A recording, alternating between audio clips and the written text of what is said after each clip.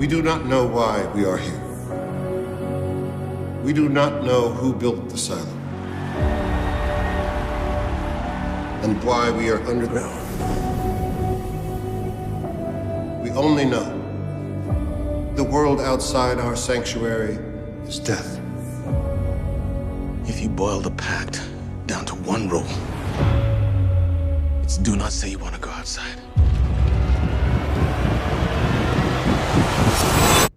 Or you will go outside.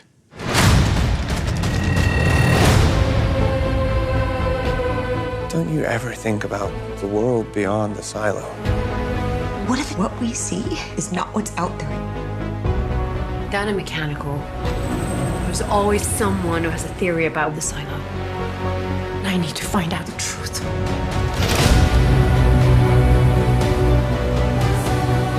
I found something that might hold the answers to a lot of questions. You have to stay quiet. And keep your head down.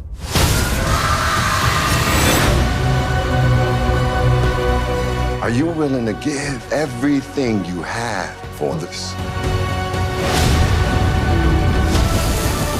The clock is running. There isn't much time left. This is a threat to order in the silo. I don't care about order. What about finding out the truth?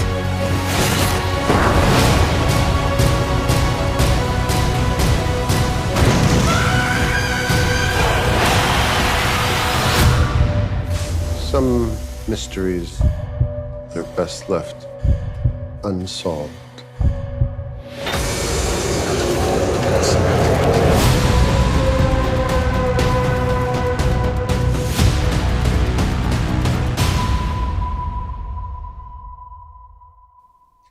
Hi, Rebecca. Thanks for chatting with us on Cherry the Geek TV. Silo is based on a series of books by Hugh, Howey. How familiar were you with that book series before taking on the role? And if you were not familiar with the book series, have you read it since? And what are your thoughts? Don't do that. No, I'm kidding. When I was offered the role, no, I wasn't familiar with them. And then obviously I went deep diving and read all of them, compared. I was in direct conversation with Hugh because obviously they had to change the narrative a bit from book to the TV show. And I kept on talking about how to maintain the core of her that he created. So, yeah, I do all the research. Cool. Okay, thank you. Tony. Yes, great to meet you, Rebecca. Hi. One of the things I look for in an actor's performance is not just what they say, but the way they stand and the way they act. And with Juliette, I noticed at first, she kind of, at times, slightly hunched and didn't make eye contact at first with people because, for whatever reason, was that something that you wanted to bring or to the character, or was that in the script? No, it's so silly. It's like if you would write something and I would go, by the way, I hit that little note in your writing, and you go, yes, thank you. I did. I worked actually with, and it sounds maybe a bit silly, I don't think so. I worked with a body movement coach because I often find myself quite erect, poised, and I thought I really don't want to do that with her because she needs something else. And especially being in a cramped environment with the machinery, you would have these sort of body traumas. So the hunchback and the fact that she doesn't look at people, I think, is very much how I interpret someone who has a lot of grief and sadness and anger and has these sort of horse thingies up and just moves. She doesn't want to touch people. She doesn't want to be around people. She just wants a machine. So thank you. Yes, I worked really hard on that. Well, it shows great. And I love as she progressed how it changed a little bit too. So that was cool. Thank you. Thanks, Tony. Thank you. Jamie. Hi, Jamie Ruby, Sci-Fi Vision. Thanks so much for talking to us. So as you were doing that and developing the character, what was kind of the part of her that you had the most difficulty connecting with on that level? I think what I found I mean, American is always quite difficult because when you have to do an accent, I have to step out. I have to do the work as good as I can, and I have a voice coach on set. But you're not free to ad lib and play. You're stuck within the frames of rhythm and culture. And American culture is not the same as Swedish culture in the way Americans speak. So that is always quite a bit of a holdback. And then I think for me in general, because I wanted her to be quite introvert until she kind of grows, me as Rebecca, I lean forward and I'm curious and I take a lot of place. I had to constantly remind myself that Juliette doesn't. Like there would be scenes and I would be confronting someone and then I have to go, oh yeah, no, she wouldn't. Let's do that again. All right, thank you. Donna? Hi, Dana Abercrombie from the Coalition. The theme of the show seems to be about learning from the past will teach you about your future. However, with Juliette, I was wondering, what does she hope the past teaches her about her present? Sorry, say that again. So we look to the past to see to our future. It all sounded good. I just need to understand what you're saying. Oh, we can't hear you. Dana, we can't hear you suddenly. You're muted. I'm so sorry. No, don't worry. Go again. I just need to feel what you said. The theme of the show seems to be about learning about the past will teach you about your future. I was wondering, what does Juliette hope the past teaches her about her present? Oh, I did a lot of this going on here. That was... I think what's interesting for Juliette is the fact that she's hiding away from the past, and what the future is doing is actually unraveling a box that she has for years tried to not unpack. And I think she's coming to terms with that grief and loss is something that makes you whole. You know, she's put in a position of leadership to move something forward, but how can you move things forward if you're not whole, right? Thank you. Thank you. Moving back to Joe.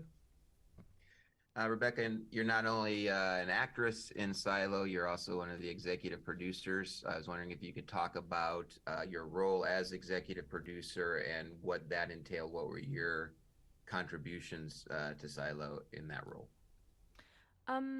It was all quite new to me. So when I was offered the role with Graham in the room and Morten Tyldum, the first director, we were talking and I was umming and ahhing, and it wasn't sort of not that I loved it and I loved Graham, but it's a big role to put yourself into, right? And I felt a bit like the thing we talk about. I've come from sci-fi, I do sci-fi, is this sort of, I don't want to get into the genre of it, but I love the character and he kind of went, well, how about an executive producer? And I went, I'm just going to Google what that means. 2 seconds. I literally, because I didn't know.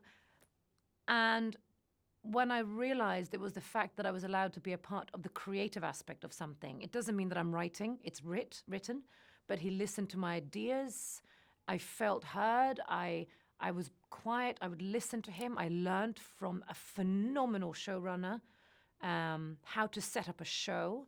But to be honest, on set, I took producer cap off. I was one with the team. But I think as a producer, if I act a certain way, it will be seen and it will be respected in a certain way, right? And as a lead. So if I want equality around and I want certain mannerisms that I will act upon, I don't like hierarchy, then that will be the setting. And I think Graham had that as well. So we had the most incredible energy on set because everyone was a part of it. And I don't know if that's because of an executive role or people feeling like it was more important. I listen to Graham and I watch other people and I just do what I feel is important for a good set. Thanks, Joe. Tony.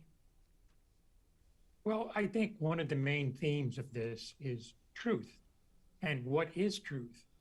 And the Silo has kind of its own, and won't say anything more. Talk about that theme. It really rings, hate to say it, but true to the series. Truth. Such a lovely juxtaposition-filled word of horror. It's funny, isn't it? Because the word is what ejects Juliette into moving forward and into a new position and idealism. So interesting to speak about these so generally and broad. But it's also a word that is so misused, and a word that a lot of people don't question. And it's interesting in this environment that is so compact. I remember Hugh Howey once said, he talks about the philosophy of the two minds, Rousseau versus Hopper. Rousseau says that society is we're born good and society destroys us. And Hopper said we're born evil and society tames us.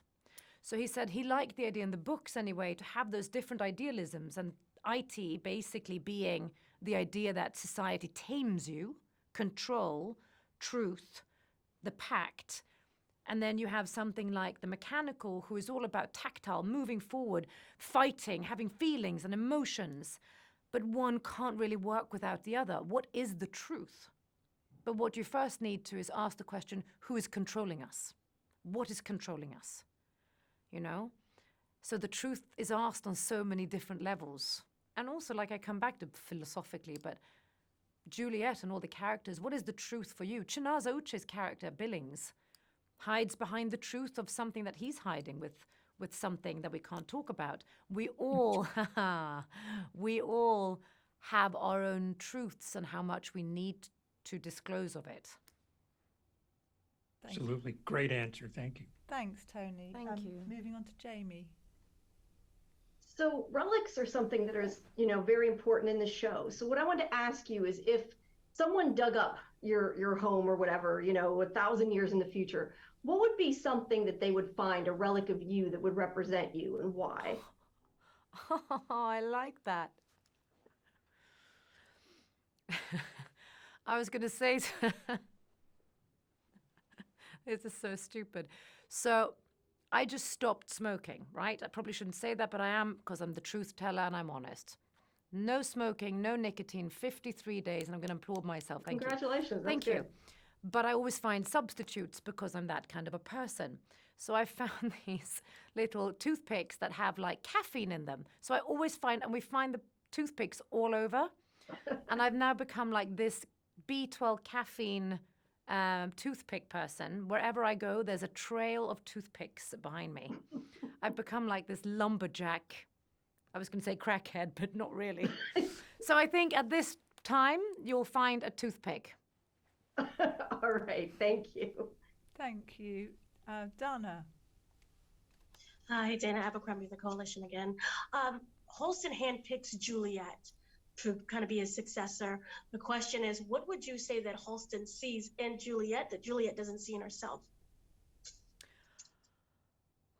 How much do we want to say? It's a good question. I think he says it very well in the confrontation with her, in a moment where she's showing him her truth. And he says that, I think he says it to her, or he says it to someone else, when he says that she reminds him of his wife. And he has a very special relationship to his wife for various reasons. But he's in search of something. And his wife is a person who goes against, Rashida Jones plays her phenomenal, goes against the status quo, not actively, but once again is put in a situation where things are starting to unravel.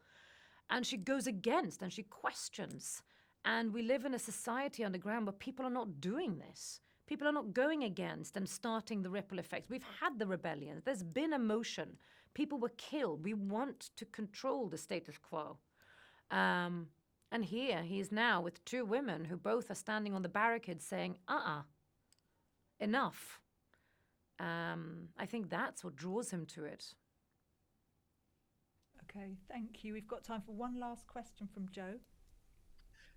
Rebecca, one of the amazing things about Silo is the production design. You got these amazing sets. A lot of series shoot on location. Silo doesn't get that luxury. You're on a soundstage with these sets. I was wondering if you could talk about the spiral staircase. How big is it? I know some of that's probably visual effects where they make it, taller than it really is. But can you just talk about the sets?